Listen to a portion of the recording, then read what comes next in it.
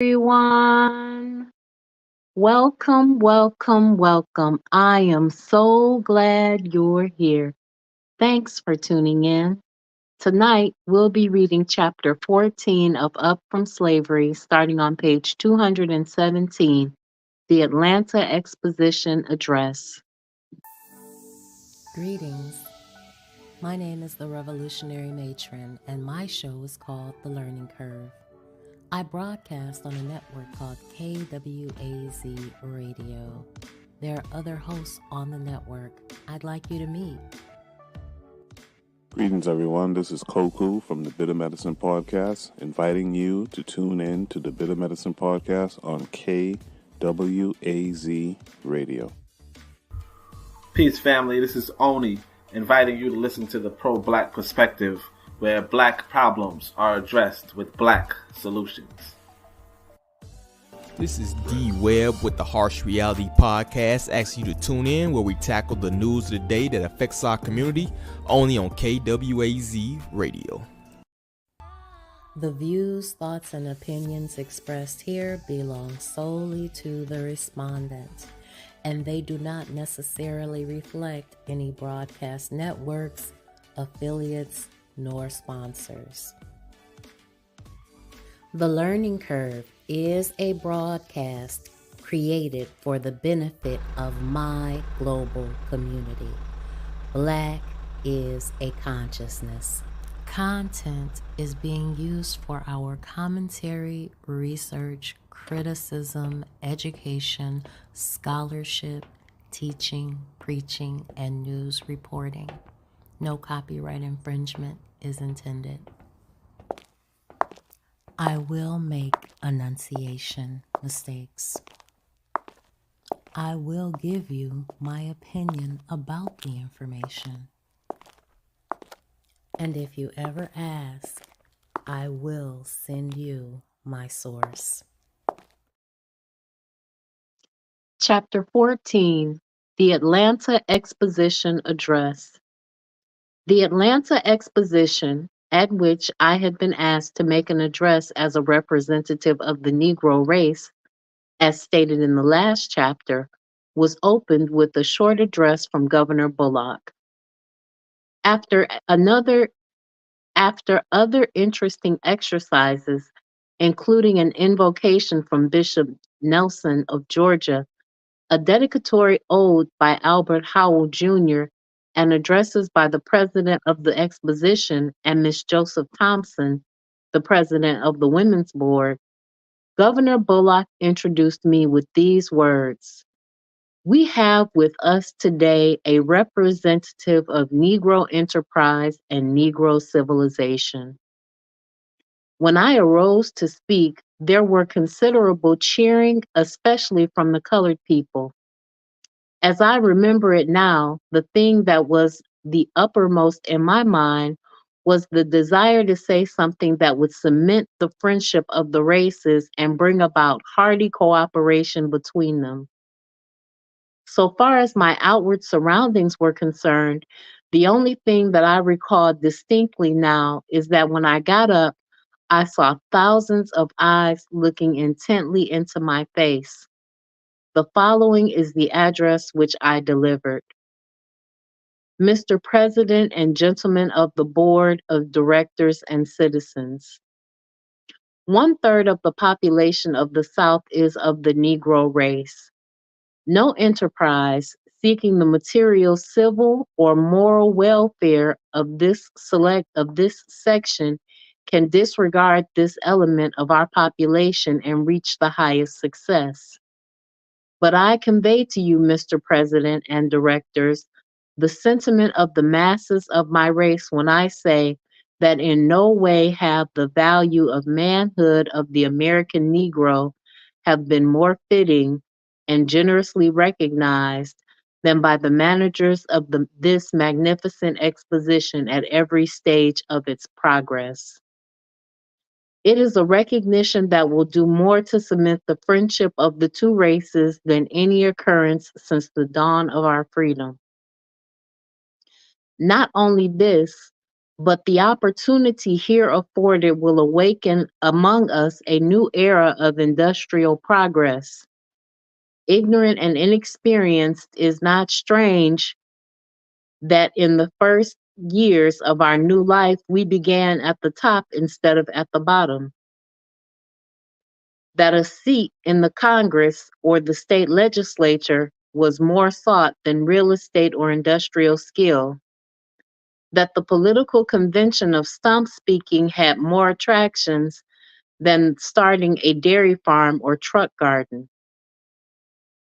A ship lost at sea for many days suddenly sighted a friendly vessel. From the mast of the unfortunate vessel there was seen a signal: "Water, water, we die of thirst." The answer from the friendly vessel at once came back: "Cast down your bucket where you are." A second time, the signal, "Water, water, send us water," ran up from the distressed vessel and was answered: "Cast down your bucket where you are."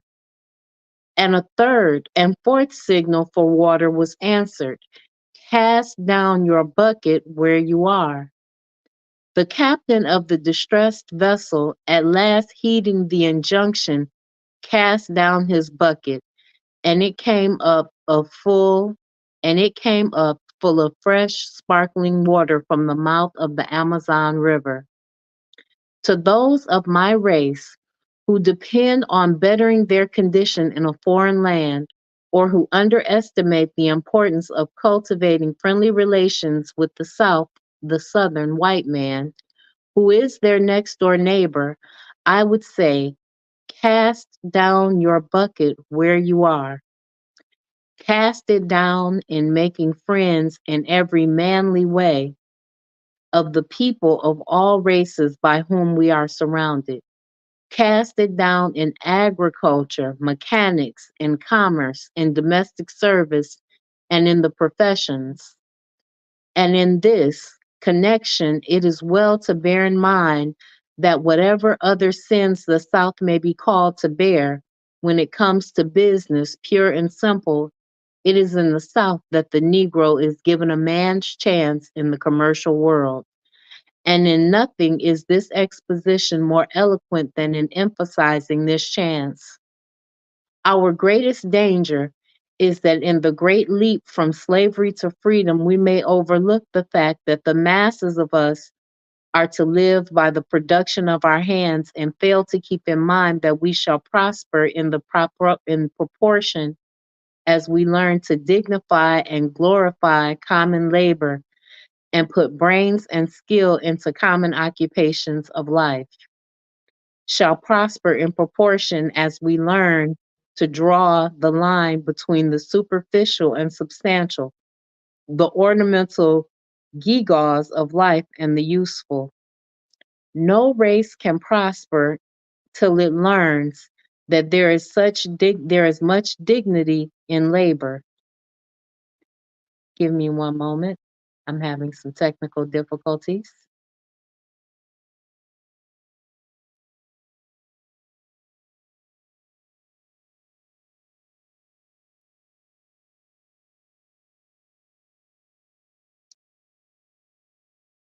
I'll read that again. No race can prosper till it learns that there is as much dignity in tilling a field as in writing a poem. It is at the bottom of life we must begin and not at the top, nor should we permit our grievances to overshadow our opportunities. To those of the white race who look to the incoming of those of foreign birth and strange tongue and habits for the prosperity of the South, were I permitted, I would repeat when I say to my own race, cast down your bucket where you are. Cast it down among the 8 millions of Negroes whose habits you know, whose fidelity and love you have tested in the days when you have proved treacherous meant the ruin of your firesides. Cast down your bucket among these people who have, without strikes and labor wars, tilled your fields, cleared your forests, builded your railroads and cities, and brought forth treasures from the bowels of the earth, and helped to make possible the magnificent representation of the progress of the South. Casting down your bucket among my people, helping and encouraging them as you are doing on these grounds and the education of head, hand, and heart, you will find that they will buy your surplus land, make blossom the waste places of your fields, and run the factories. While doing this, you can be sure in the future, as in the past, that you and your families will be surrounded by the most patient, faithful, law abiding, and unresentful people that the world has ever seen. As we have proved our loyalty to you in the past in nursing your children, watching by the sickbed of your mothers and fathers, and often following them with tear dimmed eyes to their graves, so in the future, in our humble way, we shall stand by you with a devotion that no foreigner can approach, ready to lay down our lives if need be in defense of yours, interlacing our industrial, commercial, civil, and religious life with yours in a way that shall make the interests of both races one. In all things that are purely social, we can be as separate as the fingers, yet as one hand in all things essential to mutual progress. There is no defense or security for any of us except in the highest intelligence and development of all. If anywhere there are efforts tending to curtail the fullest growth of the Negro, let these efforts be turned into stimulating, encouraging, and making him the most useful and intelligent system. Effort or means Effort or means so invested will pay 1,000% interest. These efforts will be blessed twice, blessing him that gives and him that takes. There is no escape through law of man or God from the inevitable. The law of changeless justice bind, oppressor was oppressed, and we close as sin and suffering joined, we march to fate abreast. Nearly 16 million hands will aid you in pulling the load upward, or they will pull against your load. Give me one moment. Nearly 16 millions of hands will aid you in the pulling of the load upward, or they will pull against the load downward. We shall constitute one third and more of the ignorance of the crime and crime of the South, or one third of its intelligence and progress. We shall contribute one third to business and industrial prosperity of the South, or we shall prove a veritable body of death, stagnating, depressing, retarding every effort to advance the body politic. Gentlemen of the exposition, as we present to you our humble effort at an exhibition of our progress, you must not expect overmuch. Starting 30 years ago, with ownership here and there, and a few quilts and pumpkins and chickens gathered from miscellaneous sources, remember the path that has led from these to the inventions and production of agricultural implements, buggies, steam engines, newspapers, books, statuary, carvings, paintings, the management of drugstores and banks has not been trodden without contact with thorns and thistles.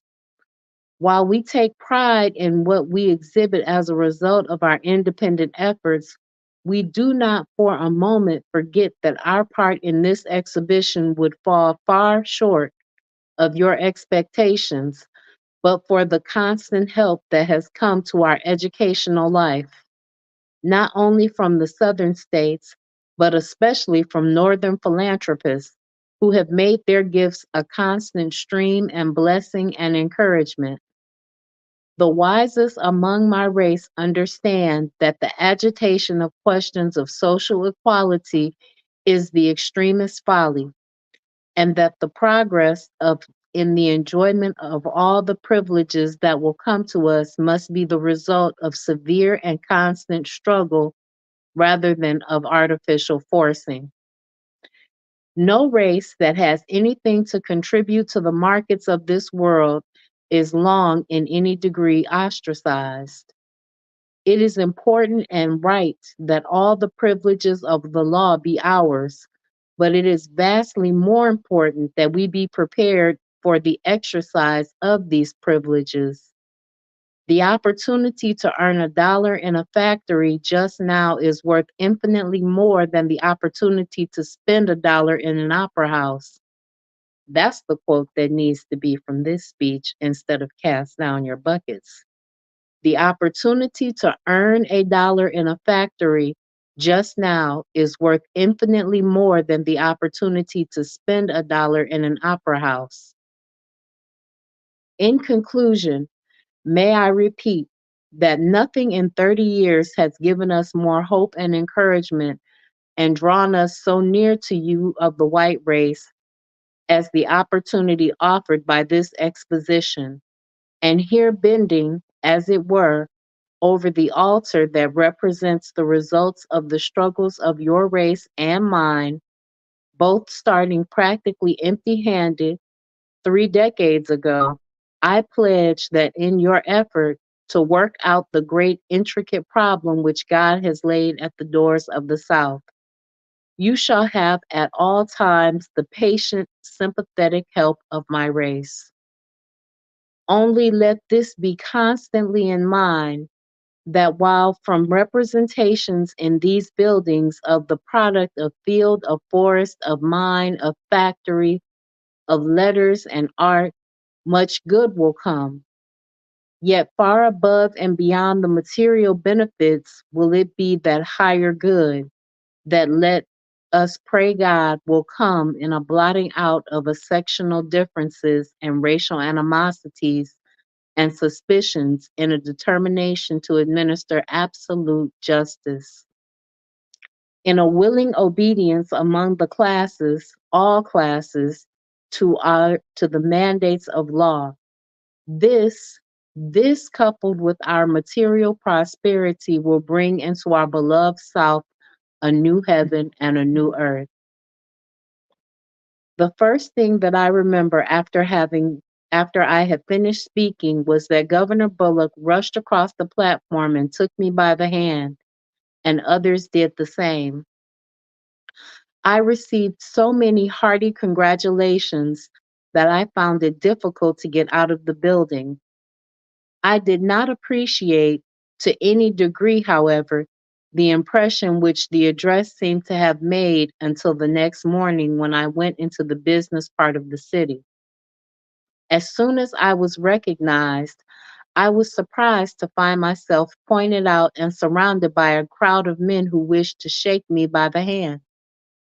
This kept up on every street to which I went to an extent which embarrassed me so much that I went back to my boarding place. The next morning, I returned to Tuskegee. At the station in Atlanta and at almost all of the stations at which the train stopped between that city and Tuskegee, I found a crowd of people anxious to shake hands with me. The papers in all parts of the United States published the address in full, and for months afterwards there were complimentary editorial references to it.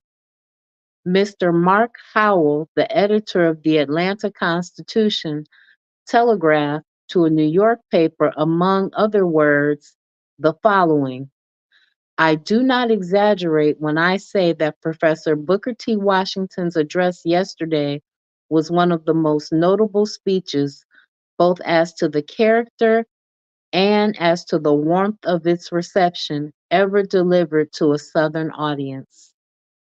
The address was a revelation. The whole speech is a platform upon which blacks and whites can stand with full justice to each other. The Boston Transcript said editorially, the speech of Booker T. Washington at the Atlanta Exposition this week seems to have dwarfed all the other proceedings and the exposition itself. The sensation that it has caused in the press has never been equaled. I very soon began receiving all kinds of propositions from lecture bureaus and editors of magazines and papers to take the lecture platform and to write articles. One lecture bureau offered me $50,000 or $200 a night and expenses if I would place my services at its disposal for a given period. To all these communications, I replied that my life work was at Tuskegee and that whenever I spoke, it must be in the interest of the Tuskegee School and my race, and that I would enter into no arrangement that seemed to take and place a mere commercial value upon my services. Some days after its delivery, I sent a copy of my address to the President of the United States, the Honorable Grover Cleveland. I received from him the following autograph reply.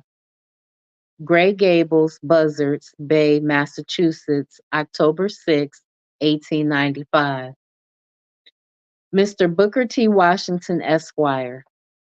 Dear Sir, I thank you for sending me a copy of your address delivered at the Atlanta Exposition.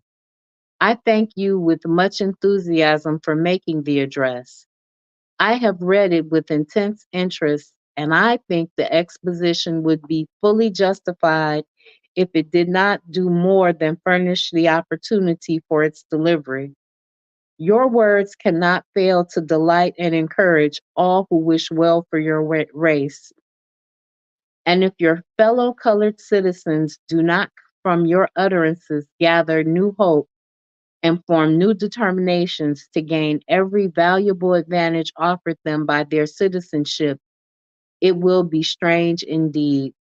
Very truly yours, Grover Cleveland. Later, I met Mr. Cleveland for the first time when, as president, he visited the Atlanta Exposition. At the request of myself and others, he consented to spend an hour in the Negro building for the purpose of inspecting the Negro exhibit and of giving the colored people in attendance an opportunity to shake hands with him. As soon as I met with Mr. Cleveland, I became impressed with his simplicity, greatness, and rugged honesty. I have met him many times since then, both at public functions and in his private residence at Princeton. And the more I see of him, the more I admire him. When I visited the Negro building in Atlanta, he seemed to give himself up wholly for that hour to the colored people. He seemed to be as careful to shake hands with some old colored auntie clad in partially rags and to take as much pleasure in doing so as if he were greeting some millionaire. Many of the colored people took advantage of the occasion to get him to write his name in a book or on a slip of paper. He was careful and patient in doing this as if he were putting his signature to some great state document. Mr. Cleveland has not only shown his friendship for me in many personal ways, but has always consented to do anything I have asked of him for our school. This he has done whether it was to make a personal donation or to use his influence in securing the donations of others. Judging from my personal acquaintance with Mr. Cleveland, I do not believe he is conscious of possessing any color prejudice. He is too great for that. In my contact with people, I find that as a rule, it is only the little narrow people who live for themselves, who never read good books, who do not travel, who never open up their souls in a way to permit them to come into contact with other souls with the great outside world. No man whose vision is bounded by color can come into contact with what is highest and best in the world. In meeting men in many places, I have found the happiest people are those who do the most for others. The most miserable are those who do the least. I have also found that few things, if any, are capable of making one so blind and narrow as race prejudice.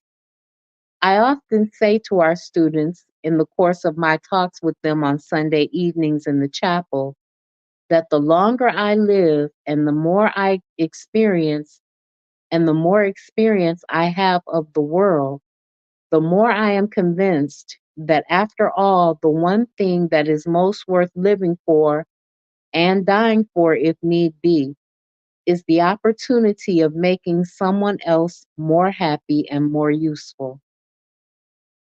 The colored people and the colored newspapers at first seemed to be greatly pleased with the character of my Atlanta address, as well as with its reception. But after the first burst of enthusiasm began to die away, the colored people began reading the speech in cold type, and some of them seemed to feel that they had been hypnotized. They seemed to feel that I had been too liberal in my remarks toward the Southern whites, and that I had not spoken out strongly enough for what they termed to be the rights of the race. For a while, there was a reaction so far as a certain element of my own race was concerned, but later these reactionary ones seemed to have been won over to my way of believing and acting. While speaking of changes in public sentiment, I recall about 10 years after the school at Tuskegee was established, I had an experience that I shall never forget. Dr. Lyman Abbott, then the pastor of Plymouth Church and also editor of The Outlook, then the Christian Union, asked me to write a letter for his paper giving my opinion on the exact condition, mental and moral, of the colored ministers in the South, as based on my observations. I wrote the letter giving the exact facts as I conceived them to be. The picture painted was a rather black one, or since I am black, shall I say white? It could not be otherwise that a race but a few years out of slavery, a race which had not had time or opportunity to produce a competent ministry. What I said soon reached every Negro minister in the country. I think the letters of condemnation which I received from them were not few.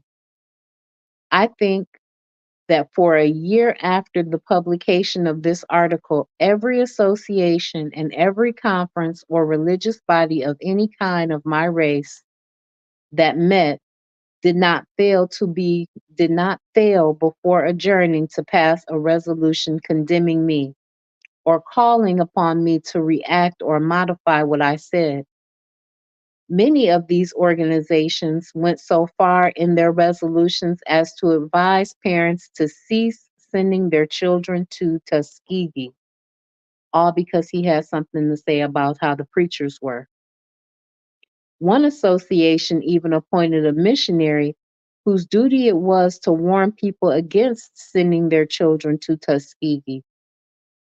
This missionary had a son in the school, and I noticed that whatever the missionary might have said or done, give me one moment. I'm having some technical difficulties tonight. It's storming where I am. This missionary had a son in the school, and I noticed that whatever the missionary might have said or done with regard to others, he was careful to not take his son away from the institution. Many of the colored papers, especially those that were the organs of religious bodies, joined in the general chorus of condemnation or demands for retraction. During the whole time of the excitement and through all the criticism, I did not utter a word of explanation or reaction. Never complain and never explain, is what he sang. I knew that I was right and that time and the sober second thought of the people would vindicate me. It was not long before the bishops and other church leaders began to make careful investigations of the conditions of the ministry, and they found out that I was right. In fact, the oldest and most influential bishop in one branch of the Methodist Church said that my words were far too mild. Very soon, public sentiment began making itself felt in demanding a purifying of the ministry. While this was not yet complete by my means, I think I may say without egoism, and that I have been told by many of our most influential ministers that my words had much to do with starting a demand for placing a higher type of man in the pulpit. I have had the satisfaction of having many who once condemned me thank me heartily for my frank words. The change of attitude of the Negro ministry, so far as regards myself, so is complete that at the present time I have no warmer friends among any class than among the clergymen. The improvement in the character and life of the Negro ministers is one of the most gratifying evidences of the progress of the race. My experience with them, as well as other events in my life, convince me that the thing to do when one feels sure he has said or done the right thing and is condemned is to stand still and keep quiet. If he is right, time will show it. In the midst of the discussion which was going on concerning my Atlanta speech, I received the letter which I give below from Dr. Gilman, the president of Johns Hopkins University, who had been made chairman of the judges of the award in connection with the Atlanta exposition. Letter from Johns Hopkins University at Baltimore, the President's Office, September 30th, 1895. Dear Mr. Washington, would it be agreeable to you to be one of the judges of the award in the Department of Education at Atlanta? If so, I shall be glad to place your name upon the list. A line by telegraph will be welcome. Very truly yours, D.C. Gilman. I think I was even more surprised to receive this invitation than I had been to receive the invitation to speak at the exposition, at the opening of the exposition. It was to be a part of my duty as one of the jurors to pass not only upon the exhibits of the colored schools, but also upon those of the white schools. I accepted the position and spent a month in Atlanta in performance of duties which it entailed. The board of jurors was a large one, consisting of in all of 60 members. It was about equally divided between Southern white people and Northern white people. Among them were college presidents, leading scientists, and men of letters and specialists in many subjects.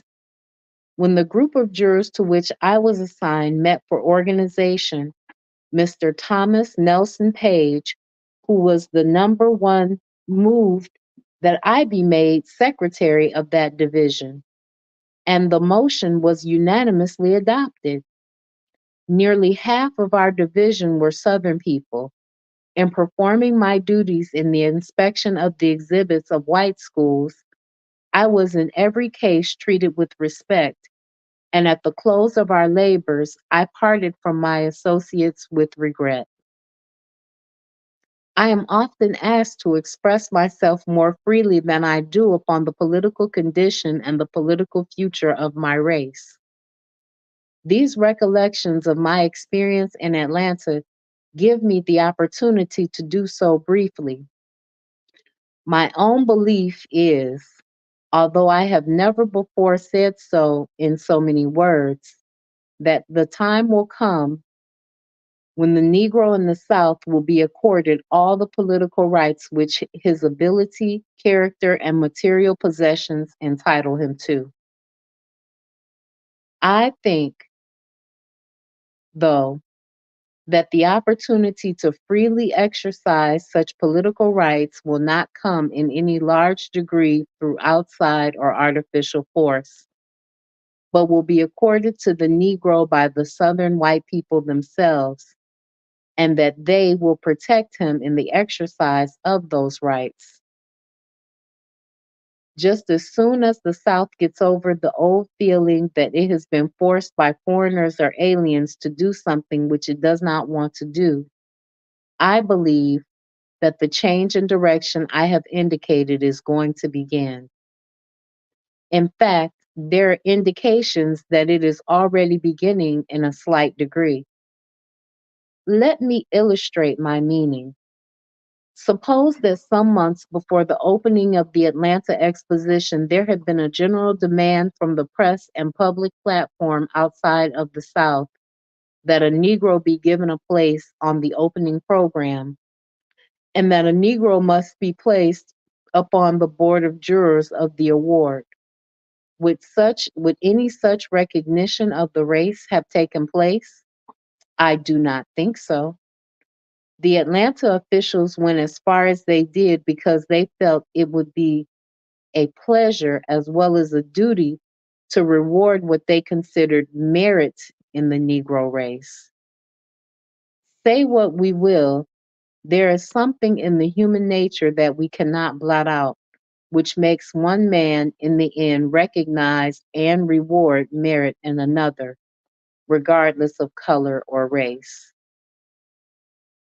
I believe it is the duty of the Negro, as the greater part of the race is already doing so, to deport himself modestly in regard to the political claims, depending upon the slow but sure influences that proceed from the possession of property, intelligence, and high character for the full recognition of his political rights. I think that a- the according I think that the according of the full exercise of political rights is going to be a matter of natural, slow growth, not an overnight gourd vine affair. I do not believe that the Negro should cease voting, for a man cannot learn to exercise self government by ceasing to vote any more than a boy can learn to swim by keeping out of the water. But I do believe that in his voting, he should be more and more influenced by those of intelligence and character who are his next door neighbors. Greetings, forecast. Greetings, Sister Ra. How are you tonight?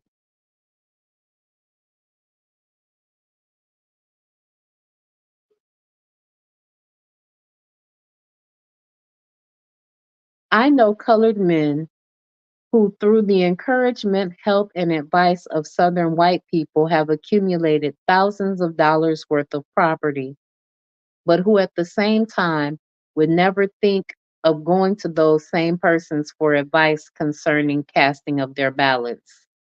This, it seems to me, is unwise and unreasonable and should cease. In saying this, I do not mean that the Negro should truckle or not vote from the principle. For the instant he ceases to vote from principle, he loses the confidence and respect of the Southern white man, even. I do not believe that any state should make a law that permits an ignorant and poverty stricken white man to vote and prevents a black man in the same condition from voting. Such a law is not only unjust, but it will react as all unjust laws do in time, for the effect of such law is to encourage the Negro to secure education and property, and at the same time, it encourages the white man to remain in ignorance and poverty. I believe that in time, through the operation of intelligence and friendly race relations, all cheating at the ballot box in the South will cease. It will become apparent that the white man who begins by cheating a Negro out of his ballot soon learns to cheat a white man out of his, and that the man who does this ends his career of dishonesty by the theft of property or some other equally serious crime. In my opinion, the time will come when the South will encourage all of its citizens to vote. It will see that it pays better from every standpoint to have a healthy, vigorous life than to have that political stagnation which always results when one half of the population has no share and no interest in government. As a rule, I believe in universal free suffrage, but I believe that in the South we are confronted with peculiar conditions that justify the protection of the ballot in many of the states, for a while at least, either by an educational test, a property test, or both combined.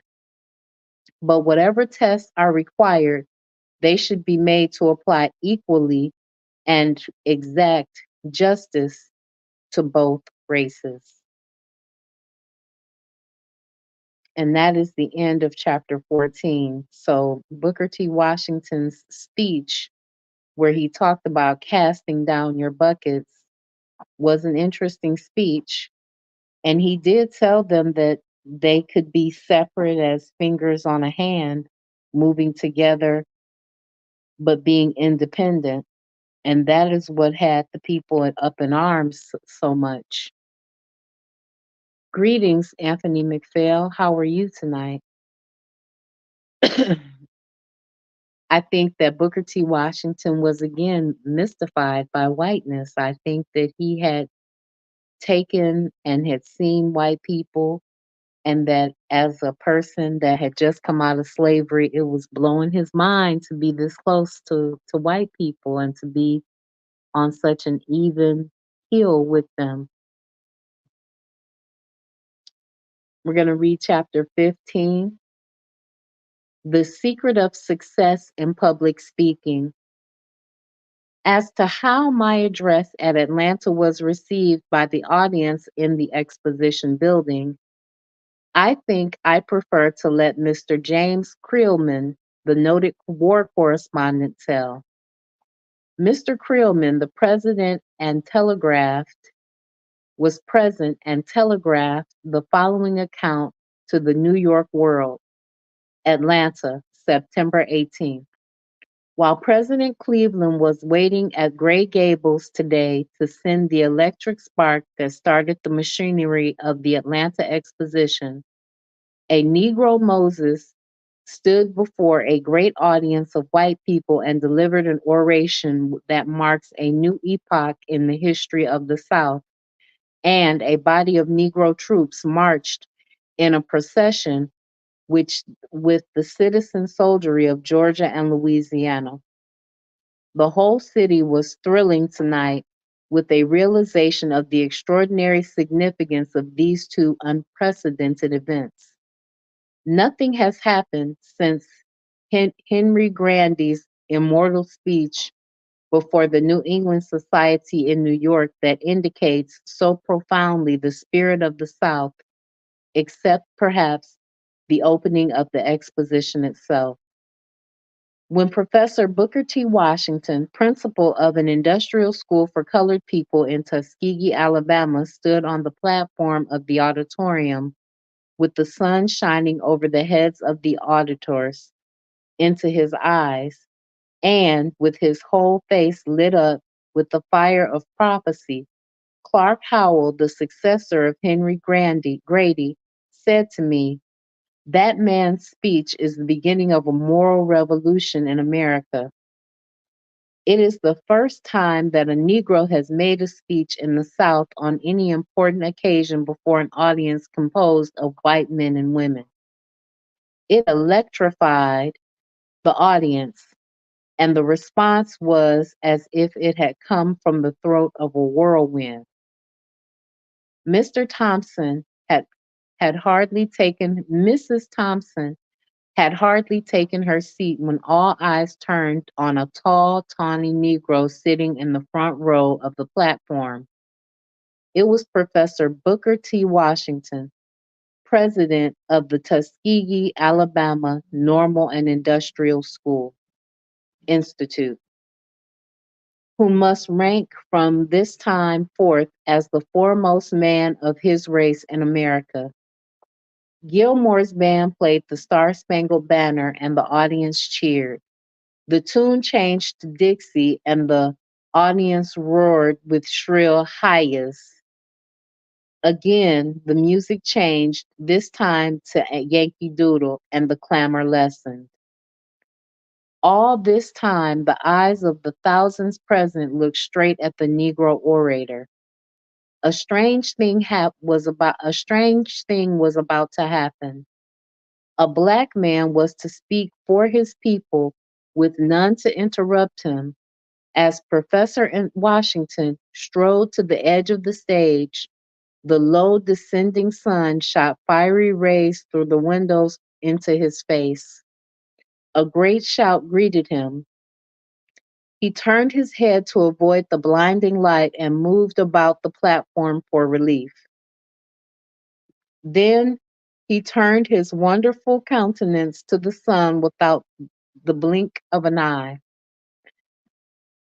without a blink of the eyelid, and began to talk. There was a remarkable figure, tall, bony, straight as a Sioux chief, high forehead, straight nose, heavy jaws, and strong, determined mouth with big white teeth, piercing eyes, and commanding manner. The sinews stood out on his bronze neck, and his muscular right arm swung high in the air with a lead pencil grasped in a clenched brown fist. His big feet were planted squarely with heels together and his toes turned out. His voice rang out clear and true, and he paused impressively as he made each point. Within 10 minutes, the multitude was in an uproar of enthusiasm. Handkerchiefs were waved, canes were flourished, hats were tossed in the air. The fairest women of Georgia stood up and cheered. It was as if the orator had bewitched them. And when he held his dusky hand high above his head, with fingers stretched wide apart, and said to the white people of the South on behalf of his race, in all things that are purely social, we can be as separate as the fingers, yet as one hand in all things essential to mutual progress. The great wave of sound dashed itself against the walls, and the whole audience was on its feet in a delirium of applause. And I thought, at that moment of the night when Henry Grady stood among the curling wreaths of tobacco smoke at Delmonico's banquet hall and said, I am a cavalier among roundheads. I have heard I have heard the great orators of many countries, but not even Gladstone himself could have pleaded a cause with more consummate power than did this angular Negro, standing in a nimbus of sunshine, surrounded by the men who once fought to keep his race in bondage. The roar might swell ever so high, but the expression of his earnest face never changed. A ragged ebony giant, squatted on the floor in one of the aisles, watched the orator with burning eyes and tremendous face until the supreme burst of applause came and the tears ran down his face. Most of the Negroes in the audience were crying, perhaps without knowing just why. At the close of the speech, Governor Bullock rushed across the stage and seized the orator's hand. Another shout greeted this demonstration, and for a few minutes, the two men stood facing each other, hand in hand. So far as I could spare the time from the immediate work at Tuskegee after my Atlanta address, I accepted some invitations to speak in public which came to me, especially those that would take me into territory where I thought it would pay to plead the cause of my race. But I always did this with the understanding that I was to be free to talk about my life work and the needs of my people. I also had it understood that I was not to speak in the capacity of a professional lecturer or for mere commercial gain. In my efforts on the public platform, I have never been able to understand why people come to hear me speak. This question I never can rid myself of. Time and time again, as I stood in the platforms, one moment, as I stood in the street in front of a building and have seen men and women passing in large numbers into the audience room where I was to speak, I have felt ashamed that I should be the cause of people, as it seemed to me, wasting a valuable hour of time. Some years ago, I was to deliver an address before a literary society in Madison, Wisconsin. An hour before the time set for me to speak, a fierce snowstorm began and continued for several hours. I made up in my mind that there would be no audience and that I should not have to speak. But as a matter of duty, I went to the church and found it packed with people. The surprise gave me a shock that I did not recover from during the whole evening. People often ask me if I feel nervous before speaking, or they suggest that since I speak so often, that they suppose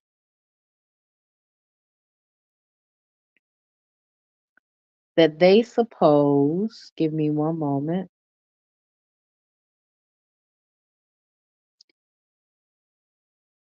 that I get used to it. In answer to this question, I have to say that I always suffer intensely from nervousness before speaking.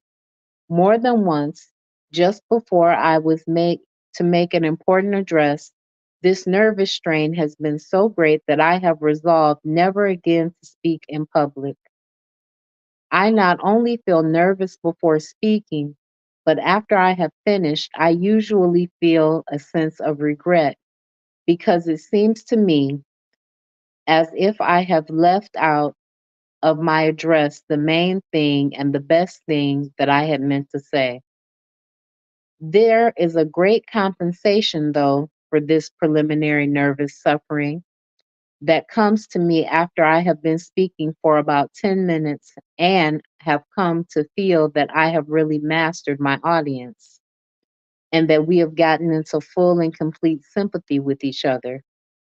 It seems to me that there is rarely such a combination of mental and physical delight in any effort as that which comes to a public speaker when he feels that he has a great audience completely within his control.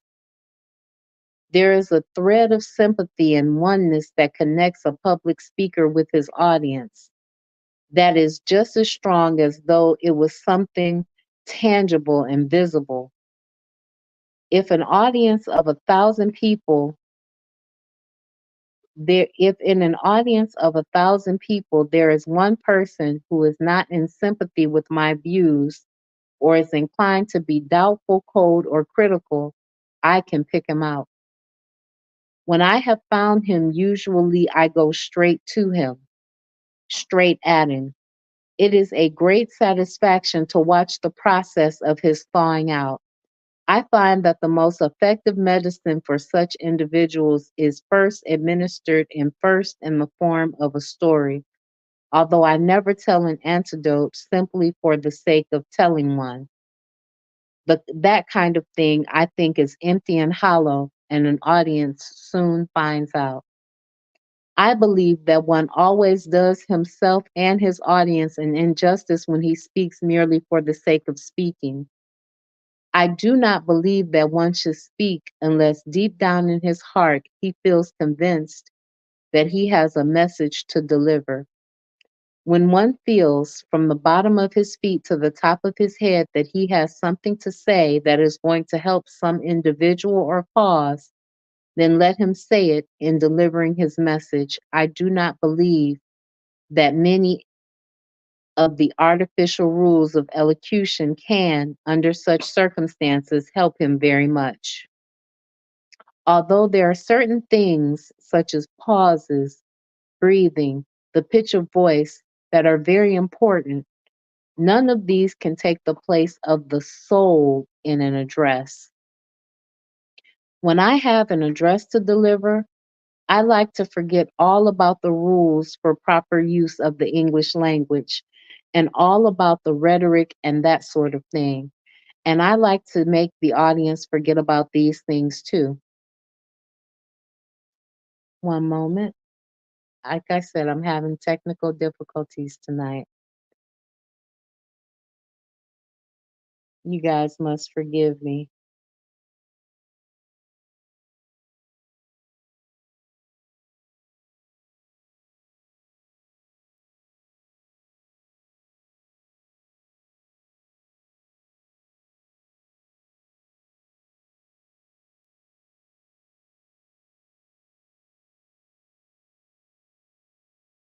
Nothing tends to throw me off balance so quickly as when I am speaking as to have someone leave the room. To prevent this, I make up in my mind a rule that I will try to make my address so interesting, will try to state so many interesting facts one after another that no one can leave. The average audience, I have come to believe, wants facts rather than generalities in sermonizing. Most people, I think, are able to draw proper conclusions if they are given the facts from an interesting form, in an interesting form on which to base them. As to the kind of audience that I like best to talk to, I would put at the top of the list an organization of strong, wide awake businessmen, such, for example, as is found in Boston, New York, Chicago, and Buffalo. I have found no other audience so quick to see a point and so responsive within the last few years than I have had the privilege of speaking before most of the leading organizations of this kind in the large cities of the United States. The best time to get a hold of an organization of businessmen is after a good dinner.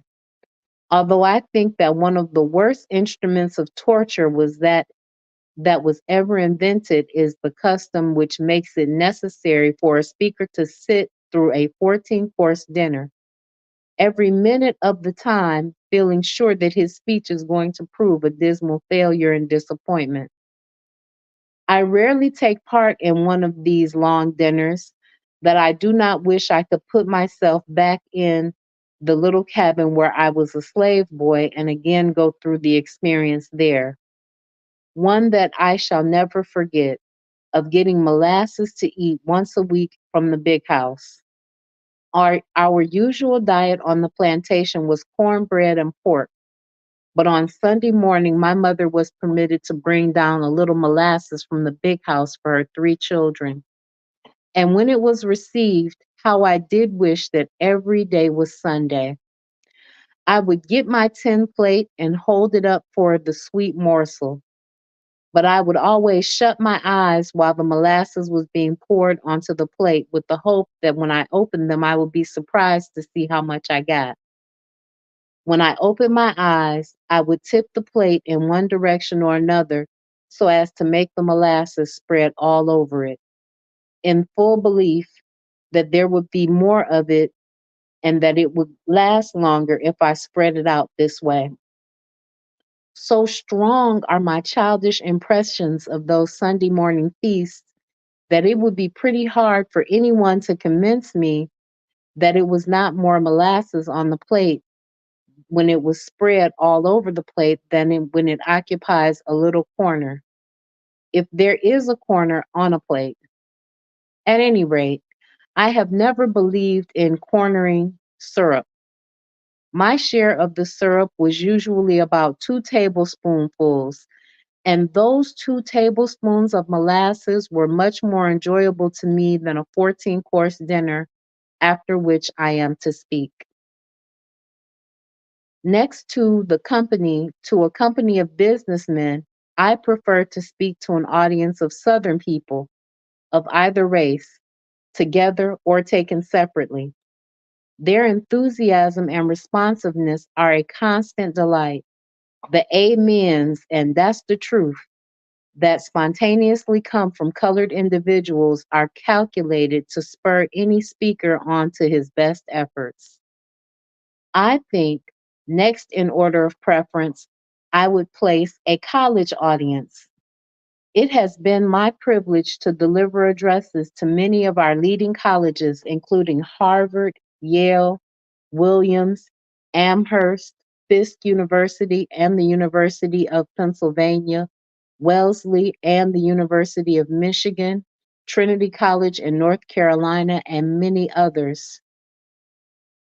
It has been a matter of deep interest to me to take note the number of people who have come to shake hands with me after an address, who say this is the first time they have heard a Negro have ever called a Negro Mister.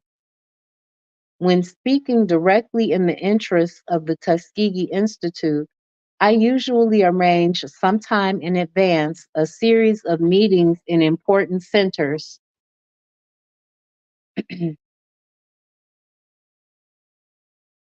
This takes me before churches, Sunday schools, Christian Endeavor societies, and men and women's clubs. When doing this, sometimes I speak before as many as 4 organizations in a single day. 3 years ago, at the suggestion of Mr. Morris K. Jessup of New York and Dr. J. L. M. Curry, the general agent of the fund, the trustees of the John F. Slater Fund voted a sum of money to be used in paying the expenses of Miss Washington and myself while holding a series of meetings among the colored people in the large city centers of Negro populations, especially in the large cities of the ex-slaveholding states. Each year, during the last 3 years, we have devoted some weeks to this work. The plan that we have followed has been for me to speak in the morning to the ministers, teachers, and professional men. In the afternoon, Miss Washington would speak to the women alone. And in the evening, I spoke to a large mass meeting. In almost every case, the meetings have been attended not only by the colored people in large numbers, but by the white people. In Chattanooga, Tennessee, for example, there was a present there was present at the mass meeting an audience of not less than 3,000 persons. I was informed that 800 of these were white. I have done no work that I really enjoyed more than this, or that I think has accomplished more good. These meetings have given Miss Washington and myself the opportunity to get firsthand accurate information as to the real condition of the race by seeing the people in their homes, their churches, their Sunday schools, their places of work, as well as in prisons and the dens of crime. These meetings also gave us an opportunity to see the relations that exist between the races. I never feel so hopeful about the race as I do after being engaged in a series of these meetings.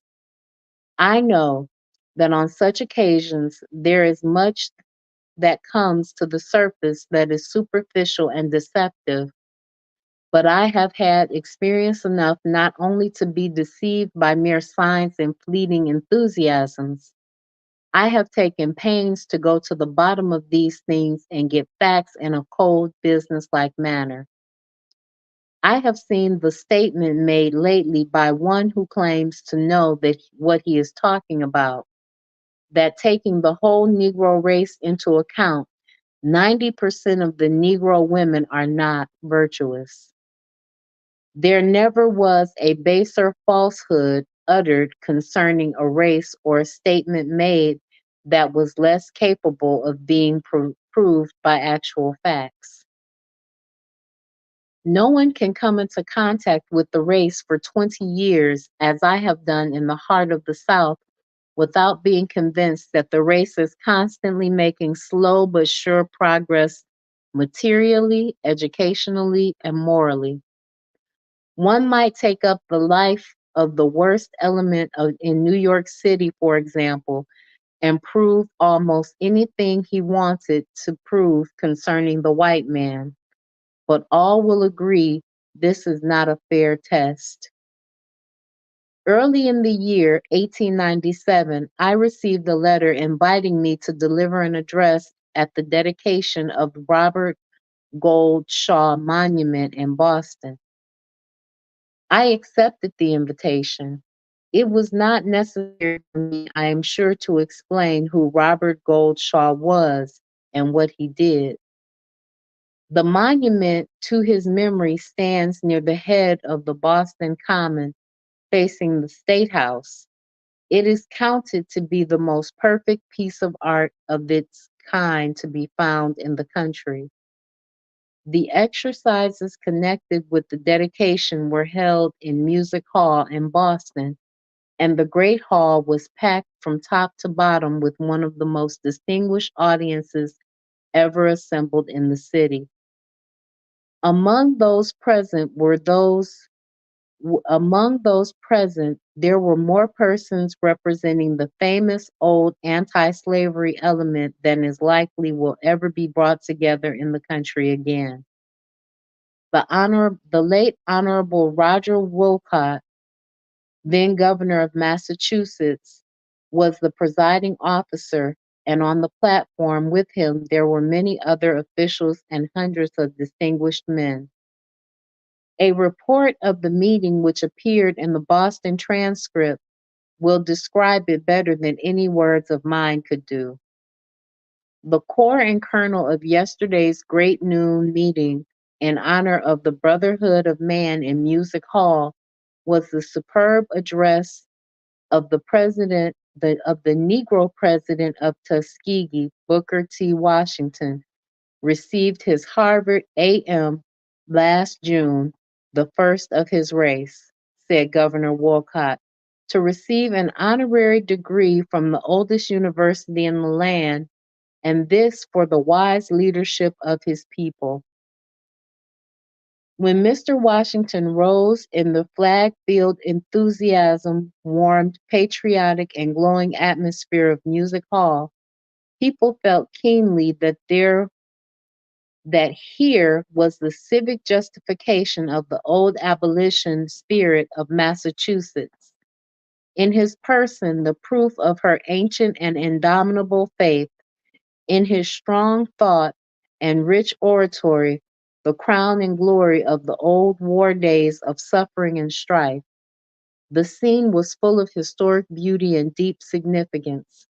Cold Boston and was alive with fire that is always hot in her heart for righteousness and truth. Rows and rows of people who are seldom seen at any public function, whole families of those who are certain to be out of town on a holiday, crowded the place to overflowing. The city was at her birthright fete, in the persons of hundreds of her best citizens, men and women whose names and lives stand for the virtues that make for honorable civic pride. Battle music filled the air. Ovation after ovation. Applause, warm and prolonged, had greeted the officers and friends of Colonel Shaw, the sculptor, St. Gaudens, the memorial committee the governor and his staff and other Negro soldiers of the 54th Massachusetts as they came up on the platform or entered the hall. Colonel Lee, Colonel Henry Lee of Governor Andrews' old staff had made a noble, simple presentation speech for the committee, paying tribute to Mr. John M. Forbes, in whose stead he served. Governor Wolcott said had made his short, memorable speech saying Fort Wagner marked an epoch in the history of a race and called it into manhood. Mayor Quincy had received the monument of the city of Boston.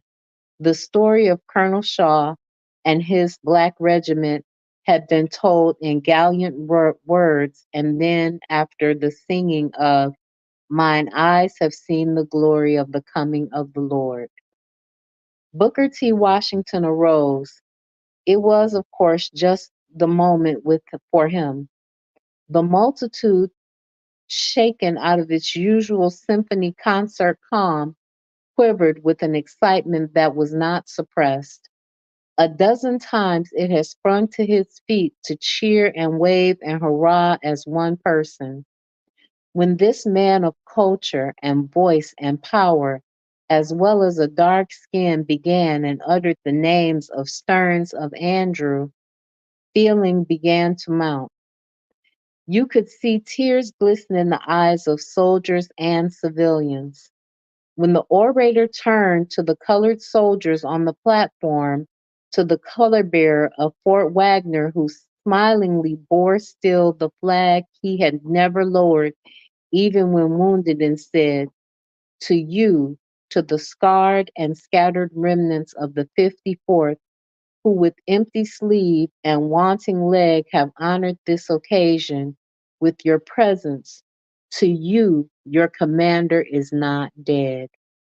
Though Boston erected no monument and no history recorded story, in you and in the loyal race which you represent, Robert Gould Shaw would have a monument which time cannot wear away. Then came a climax of emotion of the day and of the hour.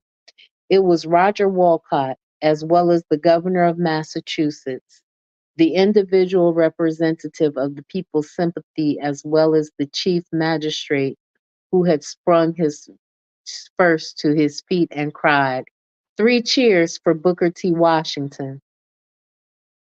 Among those on the platform was Sergeant William H. Carney of New Bedford, Massachusetts, the brave colored officer who was the color bearer at Fort Wagner and held the American flag.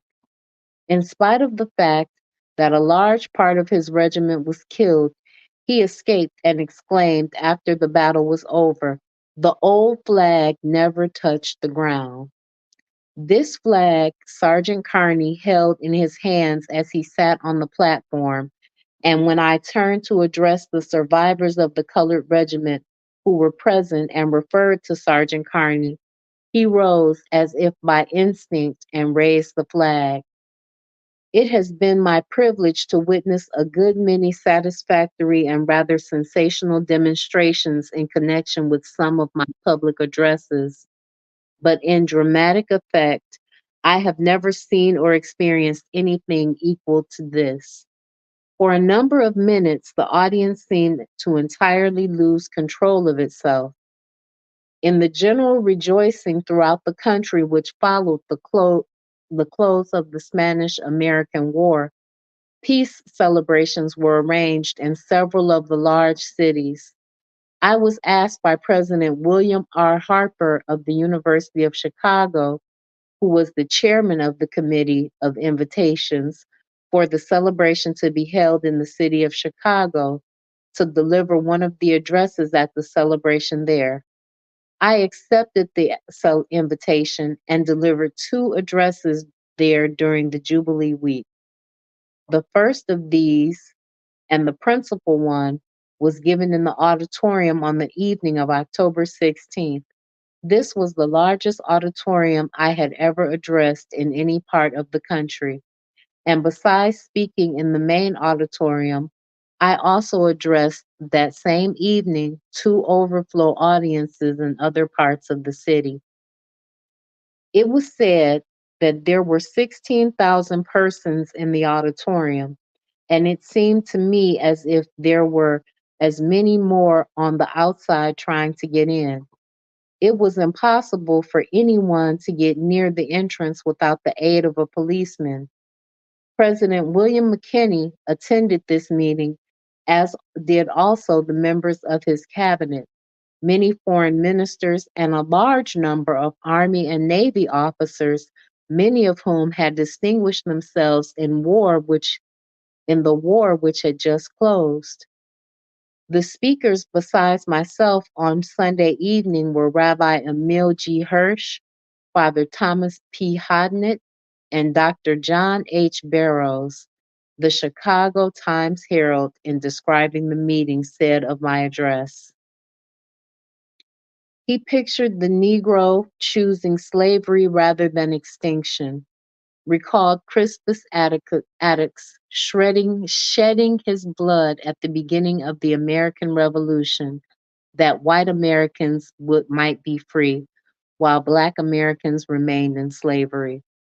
Rehearsed the conduct of the Negroes with Jackson in New Orleans, drew a vivid and pathetic picture of the Southern slaves protecting and supporting the families of their masters while the latter were fighting to perpetuate Black slavery. Recounted the Black colored troops at Port Hudson and Fort Wagner and Pillow, and praised their heroism of the Black regiments that stormed El Caney and Santiago to give freedom to the enslaved people of Cuba, forgetting for the time the unjust discrimination that law and custom make against them in their own country. In all of these things, the speaker declared his race had chosen the better part, and then he made his eloquent appeal to the consciences of the white Americans. When you have gotten the full story of the heroic conduct of the Negro in the Spanish American War, have heard it from the lips of the Northern soldier and the Southern soldier, from ex abolitionists and ex masters, then decide for yourselves whether or not a race that is thus willing to die for its country should not be given the highest opportunity to live for its country.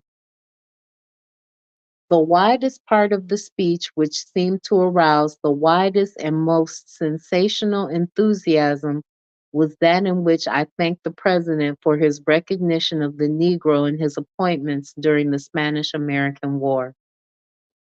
The president was sitting in a box at the right of the stage. When I addressed him, I turned toward the box, and as I finished the whole sentence, thanking him for his generosity, the whole audience rose and cheered again and again, waving handkerchiefs, hats, and canes, until the president rose from the box and bowed his acknowledgments. At the enthusiasm broke out again, and the demonstration was almost indescribable. One portion of my address at Chicago seemed to have been misunderstood by the Southern press, and some of the Southern papers took occasion to criticize me rather strongly. These criticisms continued for several weeks until I finally received a letter from the editor of the Age Herald, published in Birmingham, Alabama, asking me if I would just say what I meant by this part of my address. I replied to him in a letter which seemed to satisfy my critics. In this letter, I said that I had made it a rule to never say before a Northern audience anything that I would not say before an audience in the South. I said that I did not think it was necessary for me to extend explanations if my 17 years ago, if my 17 years of work in the heart of the South had not been explanation enough. I did not see how words could explain. I said that I made the same plea that I had made in my address at Atlanta for the blotting out of race prejudice in commercial and civil relations. I said that it is termed, I said that what is termed social recognition is a question which I never discussed, and I then quoted from my Atlanta address what I had said there in regard to that subject. In meeting crowds of people at public gatherings, there is one type of individual that I dread. I mean the crank. I have become so accustomed to these people that I can now pick them out at a distance when I see them elbowing their way up to me. The average crank has a long beard, poorly cared for, a lean, narrow face, and wears a black coat. The front of his vest and coat are slick with grease, and his trousers bag at the knees. In Chicago, after I had spoken at a meeting, I met one of these fellows.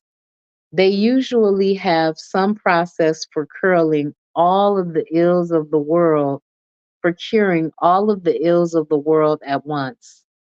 This Chicago specimen had a patent process by which he said Indian corn could be kept through a period of 3 or 4 years, and he felt sure that if the Negro race in the South would, as a whole, adopt his process, it would settle the whole race question.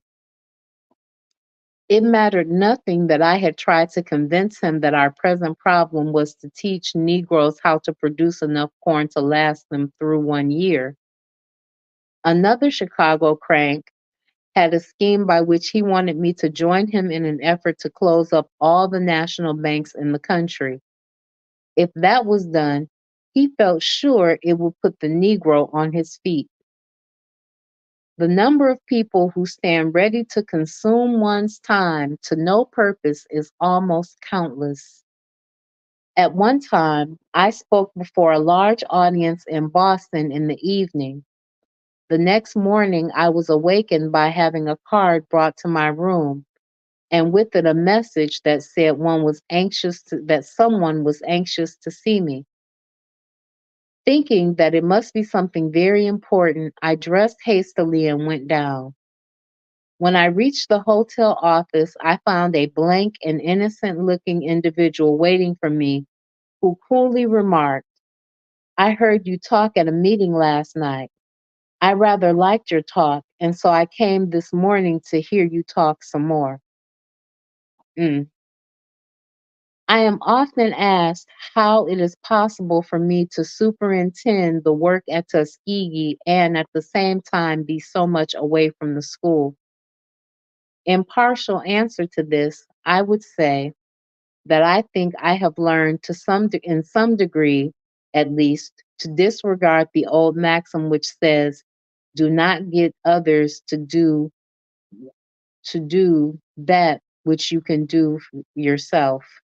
My motto, on the other hand, is, "Do not do that which others can do well." One of the most encouraging signs in connection with the Tuskegee School is found in the fact that the organization is so thorough that the daily work of the school is not dependent upon the presence of any one individual.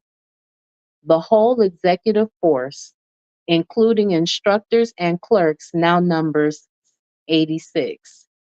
This force is so organized and subdivided that the machinery of the school goes on day by day like clockwork. Most of our teachers have been connected with the institution for a number of years and are as much interested in it as I am. In my absence, Mr. Warren Logan, the treasurer, who has been at the school for 17 years, is the executive. He is efficiently supported by Miss Washington and by my faithful secretary, Mr. Emmett J. Scott, who handles the bulk of my correspondence and keeps me in daily touch with the life of the school, and who also keeps me informed of whatever takes place in the South that concerns the race. I owe more to his tact and wisdom and hard work than I can describe. The main executive work of the school, whether I am at Tuskegee or not, centers around what we call the Executive Council. This council meets twice a week, is composed of 9 persons who are at the head of the 9 departments at the school. For example, Miss B.K. Bruce, the lady principal, the widow of the late ex-Senator Bruce, is a member of the council and represents it in all that pertains to the life of girls at the school. In addition to the executive council, there is a financial committee of 6 that meets every week and decides upon the expenditures for the week. Once a month, and sometimes more often, there is a general meeting of all instructors. Aside from these, there are innumerable smaller meetings, such as that of the instructors of the Phelps Hall Bible Training School or of the instructors in the agricultural department. In order that I may keep in constant touch with the life of the institution, I have a system of reports so arranged that a record of the school's work reaches me every day in the year, no matter in what part of the country I am in. I know by these reports even that what students are excused from school and why they are excused, whether for reasons of ill health or otherwise. Through the medium of these reports, I know each day what the income of the school money is. I know how many gallons of milk and how many pounds of butter come from the dairy, what the bill of fare for the teachers and students is, whether a certain kind of meat is boiled or baked, or whether certain vegetables served in the dining room were brought from the store or procured from our own farm. Human nature, I find to be very much the same the world over, and it is sometimes not hard to yield to the temptation to go to a barrel of rice that has come from the store with the grain all prepared to go in the pot, rather than to take the time and trouble to go to the field and dig and wash one's own sweet potatoes, which might be prepared in a manner to take the place of the rice. I am often asked how, in the midst of so much work, a large part of which is before the public, I can find time for rest or any recreation, and what kind of recreation or sports I am fond of. This is rather a difficult question to answer. I have a strong feeling that every individual owes it to himself and to the cause which he is serving to keep a vigorous, healthy body with the nerves steady and strong, prepared for great efforts and prepared for disappointments and trying positions. As far as I can, I make it a rule to plan for each day's work, not merely to go through the same routine of daily duties, but to get rid of the routine work as early in the day as possible and then to enter upon some new or advanced work. I make it a rule to clear my desk every day before leaving my office of all correspondence and memoranda, so that on the morrow I can begin a new day of work. I make it a rule to never let my work drive me, but to so master it and keep it in such complete control and keep so far ahead of it that I will be the master instead of the servant. There is a physical, mental, and spiritual enjoyment that comes from a consciousness of being the absolute master of one's work in all its details. That is very satisfactory and inspiring.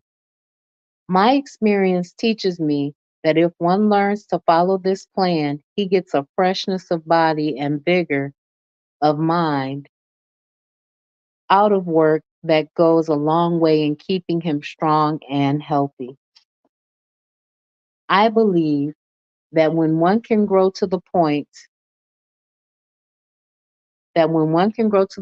where he loves his work, gives him kind of this gives him kind of strength that is most valuable. When I begin my work in the morning, I expect to have the same successful and pleasant day of it. At the same time, I prepare myself for unpleasant and unexpected hard places. I prepare myself to hear that one of our school buildings is on fire or has burned, or that some disagreeable accident has occurred, or that someone has abused me in a public address or printed article for something that I have done or omitted to do, or for something that he has heard or had, mm, or for something that he had heard that I had said, probably something that I had never thought of saying. So he was saying, be prepared for anything. In 19 years of continuous work, I have taken but one vacation. That was 2 years ago when some of my friends put the money into my hands and forced Miss Washington and myself to spend 3 months in Europe. I have said that I believe it is the duty of everyone to keep his body in good condition. I try to look after the little ills with this idea that if I take care of the little ills, the big ones will not come. When I find myself unable to sleep well, I know that something is wrong. If I find any part of my system the least weak and not performing its duty, I consult a good physician. The ability to sleep well at any time and in any place, I find of great advantage. I have so trained myself that I can lie down for a nap of 15 or 20 minutes and get up refreshed in body and mind. I have said that I make it a rule to finish each day's work before leaving. There is perhaps one exception to this. When I have an unusually difficult question to decide, one that appeals strongly to the emotions, I find it a safe rule to sleep over it for the night or to wait until I have an opportunity to talk it over with my wife and friends. As to my reading, the most time I get for solid reading is when I am on cars. Newspapers are to me a constant source of delight and recreation. The only trouble is that I read too many of them. Fiction I care little for. Frequently, I have to almost force myself to read a novel that is on everyone's lips. The kind of reading that I have the greatest fondness of is biography. I like to be sure that I am reading about a real man or a real thing. I do think I do not go too far when I say that I have read nearly every book, magazine, and article that has been written about Abraham Lincoln. In literature, he is my patron saint. Out of the 12 months of the year, I suppose that on average, I spend 6 months away from Tuskegee. While being absent from the school so much unquestionably has its advantages, yet there are at the same time some compensations. The change of work brings a certain kind of rest. I enjoy a ride of a long distance on the cars when I am permitted to ride where I can be comfortable. I get rest on the cars, except when the inevitable individual who seems to be on every train approaches me with the now familiar phrase, "Isn't this Booker T. Washington? I want to introduce myself to you." Absence from the school enables me to lose sight of the unimportant details of the work and study it in a broader and more comprehensive manner than I could do on the grounds. This absence also brings me into contact with the best work being done in educational lines and into contact with the best educators in the land. But after all this is said, the time when I get the most solid rest and recreation is when I can be at Tuskegee and after our evening meal is over, I can sit down, as is our custom, with my wife and Portia and Booker and Davidson, my 3 children, and read a story or take turns telling a story. To me, there is nothing on earth equal to that, although it is nearly equal to what is nearly equal to it is to go with them for an hour or more as we like to do on Sunday afternoons in the woods, where we can live for a where we can live for a while near the heart of nature, where no one can disturb or vex us, surrounded by the pure air, the trees, the shrubbery, the flowers, and the sweet fragrance that springs from 100 plants, enjoying the chirp of the crickets and the songs of the birds. This is solid rest. My garden also, what little time I can be at it, at Tuskegee, is another source of rest and enjoyment. Somehow, I like as often as possible to touch nature, not something that is artificial or an imitation, but the real thing. So he liked to touch grass. When I can leave my office in time so that I can spend 30 or 40 minutes spading the ground and planting seeds and digging about the plants, I feel that I am coming into contact with something that is giving me strength for the many duties and hard places that await me out in the big world. I pity the man or woman who has never learned to enjoy nature and to get strength and inspiration out of it. Aside from the large number of fowls and animals kept by the school, I keep individually a number of pigs and fowls of the best grades, and in raising these, I take a great deal of pleasure. I think the pig is my favorite animal. Few things are more satisfactory to me than high grade Berkshire or Portland China pig. Games I care little for. I have never seen a game of football. In cards, I do not know one card from another. A game of old fashioned marbles with two boys once in a while is all I care for in this direction. I suppose I would care for games now if I had any time in my youth to give to them, but that was not possible. So as you can see, he liked autobiographies. He enjoyed simple games like marbles, excuse me, but he didn't have much time for games. He enjoyed touching grass and going into his garden. I would like to thank the Forecast Radio, Oni from the Pro Black Perspective, Sister Raw, and the elders that sit with her, Anthony McPhail, KW Don 7, Koku from the Bitter Medicine Podcast, Brother Bakari from the Brother Bakari Show, and every Afro Native, Bawanaha Guziki, and everyone else that is listening. This was a long reading tonight, and for that I apologize. Make sure that you tune into the Forecast Radio. He has a broadcast going live right now. I will see you tomorrow. Peace, guys.